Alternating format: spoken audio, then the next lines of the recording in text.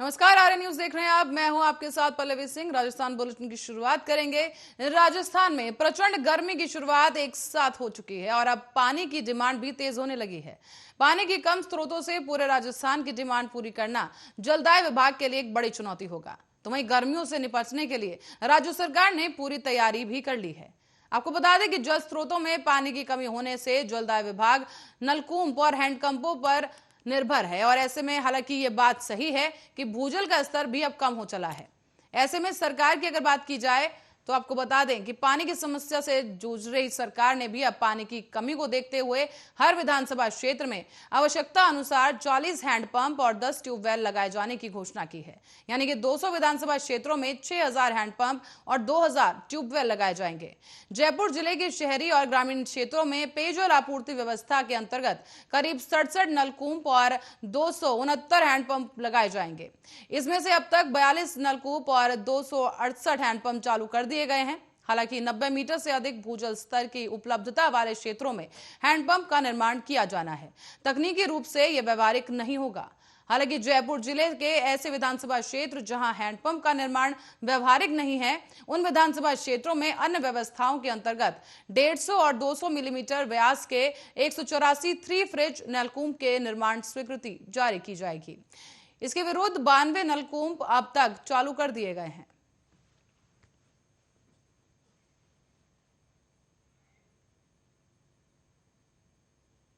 तो वहीं कोटा में नहर में डूबने के कई मामले शुक्रवार को सामने आए। इनमें से 3 मामले कुन्हाड़ी इलाके में सामने आए, जहां अलग अलग जगहों पर ये वारदातें हुई हैं। मामलों की जानकारी जब लोकसभा अध्यक्ष ओम बिरला को दी गई तो इसके बाद आपको बता दें कि उन्होंने बच्चों के परिजनों से मिलने के लिए देर रात 12:30 बजे कुन्हाड़ी वो पहुंचे।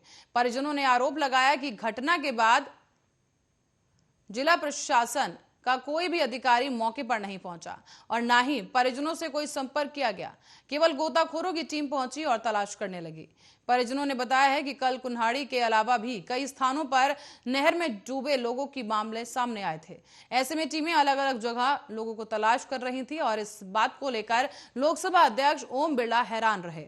उन्होंने इसे गंभीर चिंता का विषय बताया और कहा कि ये पूरा मामला इस तरह से मामलों में प्रशासन को संवेदनशीलता के साथ काम करना चाहिए।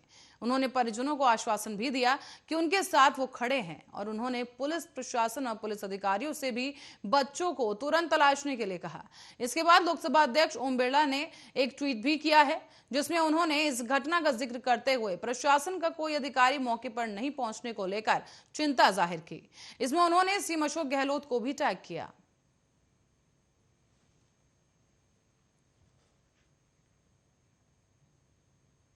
खबर मालपुरा से है, जहां मालपुरा के ग्राम नगर जिसमें सभी पुरुष गांव से बाहर रहकर दुल्हांडी पर्व मनाते हैं, लेकिन जैसे ही गांव में पहुंचने की आग की सूचना लगी तो हड़कंप मच गया है। आपको बता दें, पेचेवर थाना क्षेत्र के नगर गांव में तालाब के पास ही खेत में रखी कटी सरसों की फसल में अज्ञात कारणों से आग लग गई।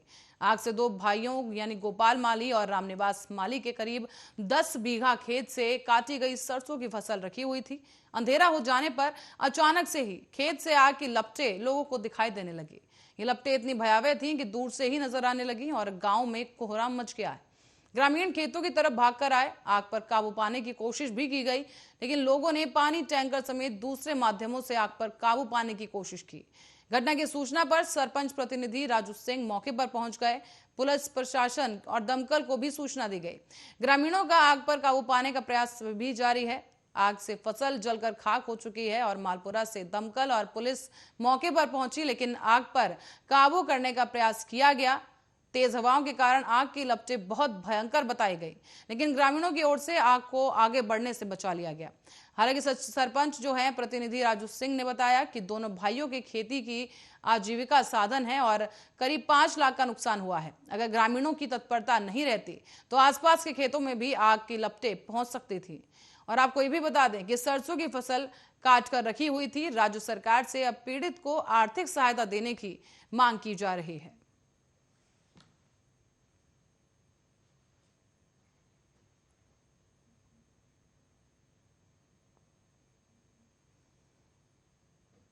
और होली के पावन पर्व पर शुक्रवार को केंद्रीय अल्पसंख्यक मालूमात मंत्री मुख्तार अब्बास नकवी के दिल्ली स्थित आवास पर दरगाह कमेटी ने उपाध्यक्ष मुनव्वर खान और सदस्य सपात खान समेत विभिन्न गणमान्य लोगों ने रंगों का त्योहार मनाया।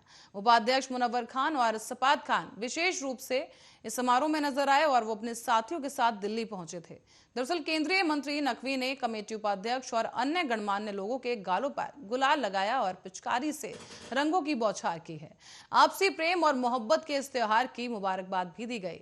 आपको बता दें कि सपात खान ने कहा कि सभी धर्मों के त्योहार मिलकर ही मनाने चाहिए, जिससे आपस में मोहब्बत और प्रेम बढ़े। मंत्री नकवी ने सभी देशवासियों को भी होली की शुभकामनाएं दी। इस मौके पर मंत्री मुख्तार अब्बास नकवी ने उनके आवास पर ही अब देश के विभिन्न हिस्सों में आए विभिन्न धर्मों के गणमान्य लोग भी उपस्थित रहे। लोगों ने भी एक दूसरे के गालों पर गुलाल लगाया और होली की हार्दिक बधाई और शुभकामनाएं दी।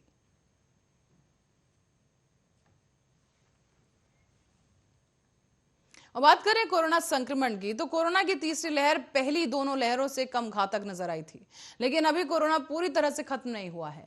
चीन के मौजूदा हालात और इजराइल में मिले नए कोरोना वेरिएंट ने सरकार की चिंता एक बार फिर से बढ़ा दी है। तो वहीं आईआईटी कानपुर के रिसर्चर्स ने भी भारत में कोरोना की चौथी लहर आने के संकेत दिए हैं।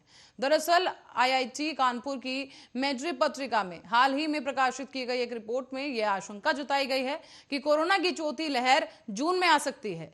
यह लहर करीब 3 से 4 महीने तक रहेगी और ये कितनी घातक होगी, इसके बारे में अभी कोई अनुमान नहीं लगाया गया। भले ही हेल्थ सेक्टर से जुड़े विशेषज्ञ इस रिपोर्ट को सही नहीं मान रहे, लेकिन चीन के 11 शहरों के हालात और इजराइल में मिला नया वेरिएंट चिंता बढ़ाने वाला है। दरअसल चीन में कोरोना के केस तेजी के साथ बढ़ने लगे हैं, तो वहीं तब तक जहां सबसे ज्यादा सख्ती से गाइडलाइन पालन की जा रही है। चीन के जिलिन, हांगकांग, फुजियान, शंघाई जैसे 11 बड़े शहरों में सरकार ने केस बढ़ने का लॉकडाउन लगाया है। माना यह भी जा रहा है कि जीरो कोविड पॉलिसी अपनाने के बावजूद चीन में केस बढ़ने का कारण ओमिक्रॉन का BA.2 सब वेरिएंट है।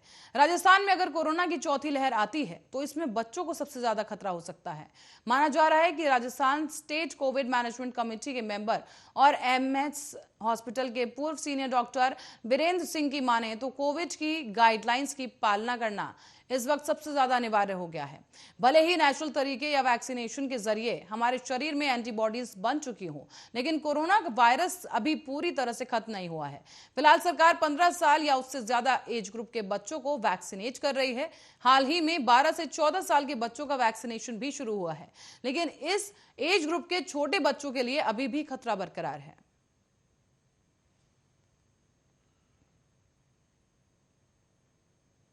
बढ़ेंगे अगली खबर की ओर, जो कि सवाई माधोपुर से है, जहां आपको बता दें कि चौथ माता वर्ग पर खाता तालाब मैदान में लगी 7 दुकानों पर शुक्रवार देर रात आग लग गई। आग इतनी भयंकर थी कि कुछ ही पलों में सारा सामान जलकर खाक हो गया। आज सुबह 4 बजे दमकल और चौथ माता ट्रस्ट के टैंकरों से आग पर काबू पाया गया।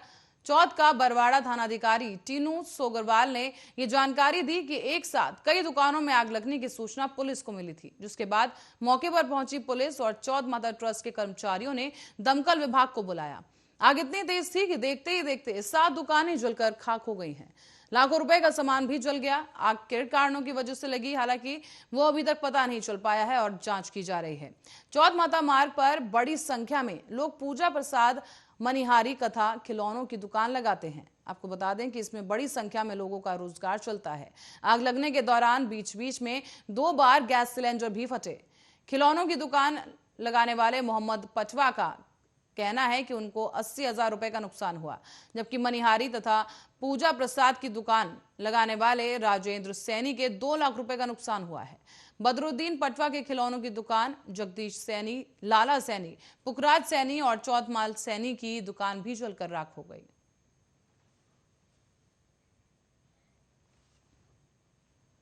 तो वहीं राजस्थान घूमने आई एक विदेशी महिला से दुष्कर्म का मामला सामने आया है। आरोपी ने विदेशी महिला को आयुर्वेदिक मसाज करने के नाम पर झांसे में लिया और पीड़िता से दुष्कर्म करने के बाद आरोपी मौके से फरार हो गया। तो वहीं जयपुर छोड़कर भागने की फिराक में था आरोपी और पीड़ित महिला ने जयपुर के सिंधी कैंप थाने में दुष्कर्म का केस दर्ज करवाया। इसके बाद थाना अधिकारी गुंजन सोनी ने कार्रवाई कर कुछ ही घंटों के अंदर आरोपी को गिरफ्तार कर लिया है। पुलिस आरोपी से पूछताछ भी कर रही है। जानकारी के अनुसार ये पूरा मामला जयपुर स्थित एक होटल का है, जहां पर आरोपी ने नीदरलैंड की विदेशी महिला से दुष्कर्म किया। महिला यहां राजस्थान घूमने आई थी। पुलिस ने बताया है कि आरोपित खातीपुरा में मसाज सर्विस का काम करता है।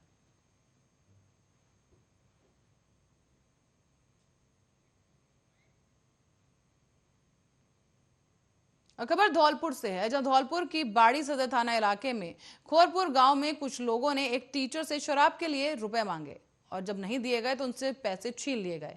पीड़ित टीचर और उसका भाई जब आरोपियों के घर शिकायत करने पहुंचा तो आरोपियों ने लाठी और डंडों से उन्हें मारपीट डाला। दोनों घायलों को इलाज के लिए जिला अस्पताल भर्ती कराया गया। घायल कुलदीप ने इस वक्त ये जानकारी दी कि होली के दिन वो अपने गांव खोरपुरा में होली मनाने आया था। जब देर शाम को वापस धौलपुर जाने लगा तो रास्ते में ही आरोपी गजेंद्र, नीरज और उनके कुछ अन्य साथियों ने रास्ता रोका और शराब के लिए रुपए मांगे। मना करने पर आरोपियों ने जबरन 5,000 रुपए छीन लिए। घटना के बाद जब वो अपने चचेरे भाई राजू के साथ आरोपियों के घर शिकायत करने पहुंचे तो दोनों भाइयों के साथ लाठी डंडों से मारपीट की गई। घायल अवस्था में ही परिजनों ने इन दोनों भाइयों को जिला अस्पताल में भर्ती कराया, जहां दोनों का इलाज जारी है। रुक करेंगे अगली खबर की ओर। दुल्हंडी के दिन जिस तरह से रंग गुलाल से होली खेलने का उत्साह था, उसके उलट ही जिले में कई जगहों पर चीख पुकार मचती रही। अलग अलग जगहों पर रोड एक्सीडेंट में करीब 10 लोगों की मौत हो गई है। आपको बता दें 34 लोग इस दौरान घायल हुए। रोड पर एक्सीडेंट से मरने वालों की उम्र करीब 25 से 50 साल के बीच बताई गई। अलवर के लक्ष्मणगढ़ में मालाखेड़ा रोड पर चिमरावली के पास बोलेरो ने टक्कर से 2 युवाओं की मौत हो गई। दोनों मृतक लक्ष्मणगढ़ के पास केरवाजा घाट के रहने वाले थे। मृतक सोनू की उम्र 25 साल बताई गई, जबकि अभिषेक केवल 23 साल का था। सोनू की 4 साल पहले ही शादी हुई थी, जबकि अभिषेक इकलौता बेटा था। तो वहीं अलवर के बहरोड नीमराणा के निकट रोड एक्सीडेंट में 3 जनों की मौत हो गई है। तो वहीं एक कार में 6 दोस्त सवार थे और हाईवे पर एक्सीडेंट में 3 की मौत हो गई। तो वहीं एक घटना अलवर के थाना गाजी की भी है, जहां किशोरी कस्बे के समीप गांव डेरा में शुक्रवार की शाम को सड़क के पास खड़े व्यक्ति को कार ने इतनी तेज टक्कर मारी कि व्यक्ति 50 फीट तक घसीटता गया, जिससे उसकी मौके पर ही मौत हो गई है। हालांकि टक्कर के बाद चालक मौके से फरार हो गया।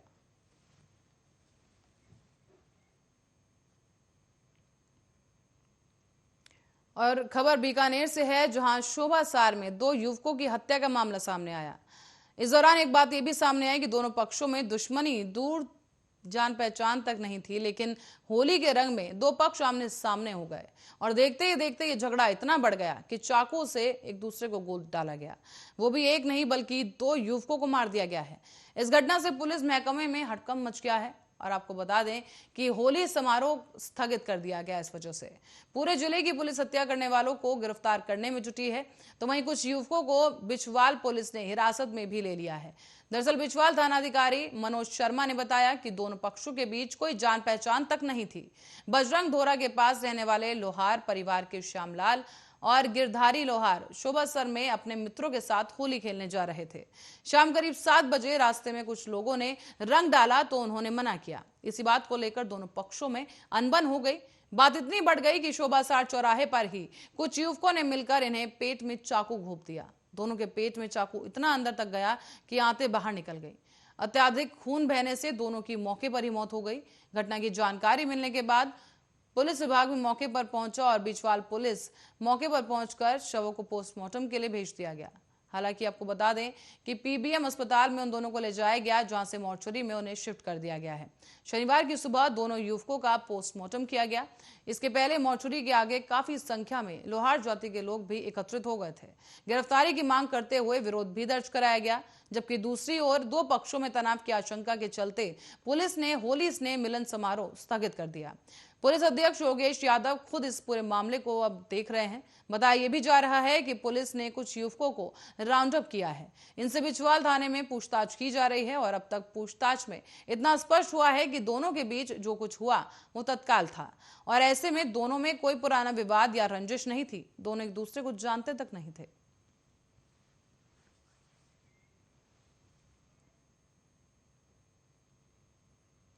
और भुजिया, पापड़ और नमकीन के लिए फेमस बीकानेर को एक मीठे स्वाद के लिए भी जाना जाता है।